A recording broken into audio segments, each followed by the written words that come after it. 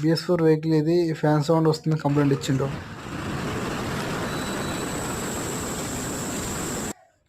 మేము ఇది fan bell తీసి చెక్ చేస్తే ఫ్యాన్ సపోర్టింగ్ వచ్చే పుల్లి బేరింగ్ అనేది ఖరాబ్ అయ్యి సౌండ్ వస్తుంది. మేము దీన్ని కొత్తది రీప్లేస్మెంట్ చేసినాం. దీని కాస్ట్ వచ్చేసి 3000 చేంజ్ ఉంది. చేసినాక ఇప్పుడు నాయిస్ అనేది రావట్లేదు.